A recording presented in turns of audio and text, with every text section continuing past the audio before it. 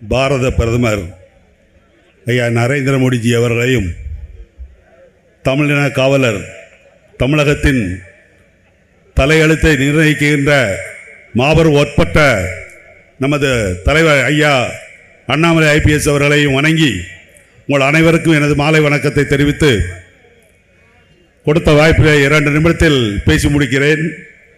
முதலாவதாக நாமெல்லாம் ஒரு பெருமைப்பட வேண்டிய காலகட்டத்திலே வாழ்ந்து கொண்டிருக்கின்றோம். காரணம், மோடி ஐயாவை போல ஒரு தலைவரை இதுவரை இந்திய துணைக்கண்டம் கண்டதே இல்லை.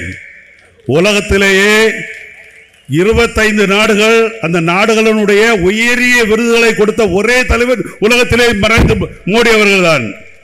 நேற்றைய முன்தினம் மொரீஷியஸிலே அந்த நாட்டினுடைய உயரிய விருதை பெற்று 5வது நபர், உலகிலே இந்தியாவின் முதல் நபர் என்ற மாபெரும் பெருமையை பெற்றவர் நமது பாரத பிரதமர் நரேந்திர மோடி அவர்கள்.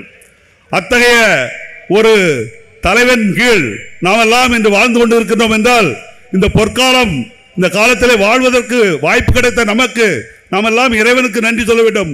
அத்தகைய காலத்திலே வாழ்ந்து கொண்டிருக்கின்றோம். தமிழகத்தை பொறுத்தவரையில் 60 ஆண்டு காலம் இந்த நாட்டை குட்டிச்சோராக்கிய திராவிட இயக்கங்களை வேறறுக்க வந்த அண்ணன் ஐயா அண்ணாமலை அவர்களை பார்த்து இந்த தமிழகம் கேட்கிறது, கால் நொடிந்து கிடக்கிறேன் அண்ணாமலை, என்னை கைதூக்கி விடப்பா என்று கேட்கிறது இந்த தமிழகம். தமிழகமே இந்த ஒரு தலைவனைத்தான் நம்பி இருக்கிறது என்ற எதிர்காலத்தை நோக்கி இருக்கிறோம்.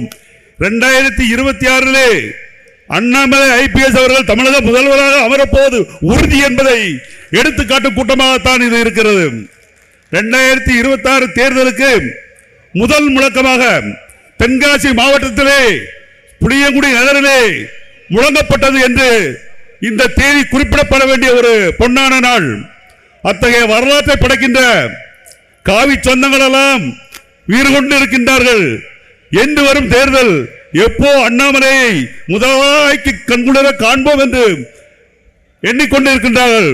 ஆகவே வருங்காலத்திலே திராவிட இயக்கங்களை வேறறுத்து, கொள்ளை கூட்டங்களை தூக்கி அடித்து, தீய சக்திகளை வேறறுக்க அண்ணாமலை அவர்கள் கீழ் படை திரளுவோம், வெற்றி காண்போம்.